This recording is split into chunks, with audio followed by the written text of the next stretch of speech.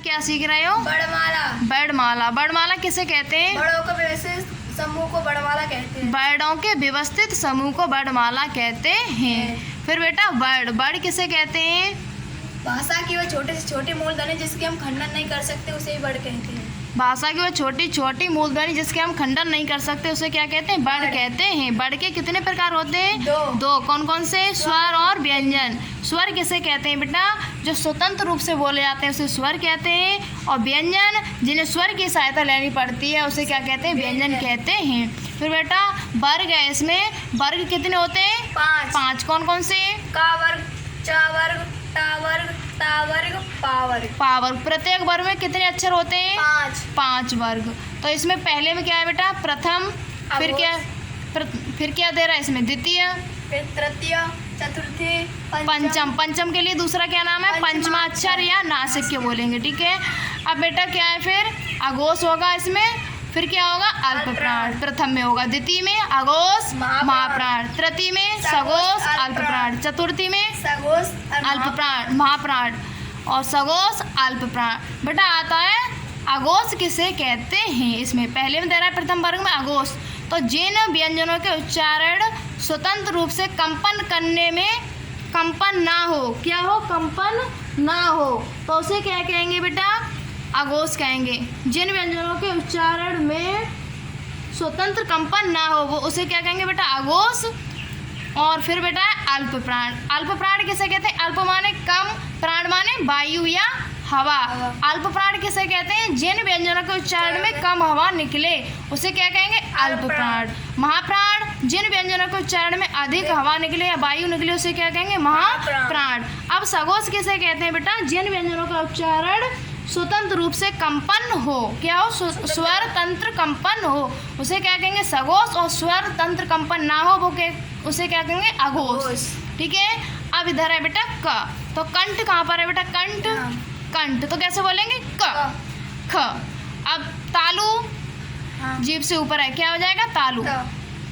और फिर टा वर्ग मूर्धा, जो जीभ हमारी मुड़ जाती है वो क्या हो गया? तालु को छुएगी, टच करेगी वो क्या होगा? मूर्धा। और ता वर्ग दंत, जो हमारे किसको टच करेंगे? दांत को। पा वर्ग होठ, होठ के द्वारा तो हमारे किसको टच करेंगे? होठ को, ठीक है। इस तरीके से ये हमारा तो कंठ में क्या आएगा? का। और तालु में क्या आएगा? च। और मूर्धा में क्या आएगा? टा। और दंत में क्या आएगा? ता। होठ में क्या आएगा? पा। इस तरीके से एक एक आता जाएगा क्रम से, पांचों आ जाएंगे प्रत्येक। फिर बेटा क्या है? अंतस्थ व्यंजन किसे कहते हैं? कि जिन व्यंजनों के उच्चारण में स्वर और व्यंजन दोनों ही बोले जाते हैं तो उसे क्या कहते हैं बेटा? अंतस्थ व्यंजन। जिन व्यंजनों का उच्चारण स्वर और व्यंजन के बीच होता है, किस किस के बीच? स्वर और व्यंजन के बीच होता है तो उसे अंतस्थ व्यंजन कहते हैं। और अंतस्थ व्यंजन के लिए दूसरा नाम है इसे अर्धस्वर भी कहते हैं। फिर बेटा आता है अंतस्थ व्यंजन कहाँ से बोले जाते हैं? य र ल हुआ, य र ल हुआ। ऊष्म व्यंजन किसे कहते हैं? जो हमारे मुंह से क्या निकले? वायु निकले तो उसे क्या कहेंगे? ऊष्म व्यंजन। तो श और हा भी आ जाएगा इसमें। और संयुक्त व्यंजन श त्र स्र।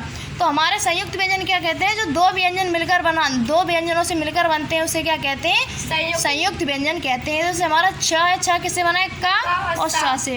अब द्विगुण व्यंजन है, द्विगुण व्यंजन हमारे किसे कहते हैं? टावर के लिए द्विगुण व्यंजन कहते हैं। जो हमारे किसको? मूर्धा को स्पर्श करे उसे क्या कहेंगे? द्विगुण व्यंजन। अब देखो बेटा सघोष, इसमें क्या है? अघोष है ये यहाँ पर अघोष। तो अघोष देखो बेटा क्या दे रहा है इसमें? 12 और श। तो इसका मतलब क्या है? 12 का प्रथम वर्ग और द्वितीय वर्ग, तो और श होंगे ये वाले हमारे श। तो ये क्या होंगे? अघोष में आएगा। अब नेक्स्ट है बेटा सघोष। सघोष में देखो 345 दे रहा है तो 345 तृतीय वर्ग और चतुर्थी और पंचम वर्ग। और अंतस्थ व्यंजन कौन कौन से हैं? वाह और ये भी और हा। तो ये किस में आ जाएंगे? सघोष में। अब बेटा दे रहा है अल्प प्राण। अल्प प्राण में कितना सूत्र है देखो? ट्रिक है ये 135 प्रथम वर्ग और तृतीय वर्ग और पंचम वर्ग। और क्या आएगा आपका? अंतस्थ व्यंजन। तो वो कौन सा हो जाएगा? अल्प प्राण। महाप्राण में क्या है? 24। तो इसमें क्या आएगा बेटा? 24 में देखो द्वितीय वर्ग और चतुर्थी वर्ग। और क्या आएगा? ऊष्म व्यंजन आ जाएंगे आपके। तो वो कौन से हो जाएंगे? महाप्राण। अब आओ बेटा आप स्वर कितने होते हैं? 2। स्वर 11 होते हैं। कितने होते हैं स्वर? 11। कहाँ से कहाँ तक होते हैं? आ से ओ तक। कहाँ से? आ से ओ तक होते हैं। जो अंग होते हैं वो क्या होते हैं बेटा? आयोगवा। आयोगवा कितने होते हैं? 2। अब छोटी अंग के लिए क्या बोलेंगे? अनुस्वार, और बड़ी अंग के लिए विसर्ग।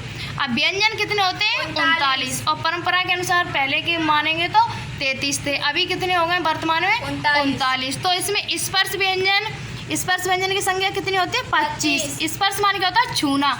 जो हमारे मुख को, हमारे जीव किसी ना किसी भाग को छुए तो उसे क्या कहेंगे? स्पर्श व्यंजन। तो स्पर्श व्यंजन कहाँ से कहाँ तक होते हैं? का से मा तक। कितने होते हैं? 25। अंतस्थ व्यंजन कितने होंगे? 4 होंगे। य र ल व। ऊष्म व्यंजन कितने होंगे? 4। श श श ह। और संयुक्त व्यंजन च त्र सृ ग्र ज्ञ। तो ये भी कितने होंगे? 4। और द्विगुण व्यंजन आपके 2 होंगे। अब टोटल 39 होगा। ये 25 और 4 और 4 4 और 2 टोटल कितने हो गए? 39। और 11 क्या है आपके? स्वर और 2 आयोगवा। 52। टोटल मिला के बड़वाला मच्छर कितने हो गए? 52। और व्यंजन कितने होते हैं? 5। कौन कौन से होते हैं? स्पर्श व्यंजन, अंतस्थ व्यंजन, ऊष्म व्यंजन, संयुक्त व्यंजन, द्विगुण व्यंजन।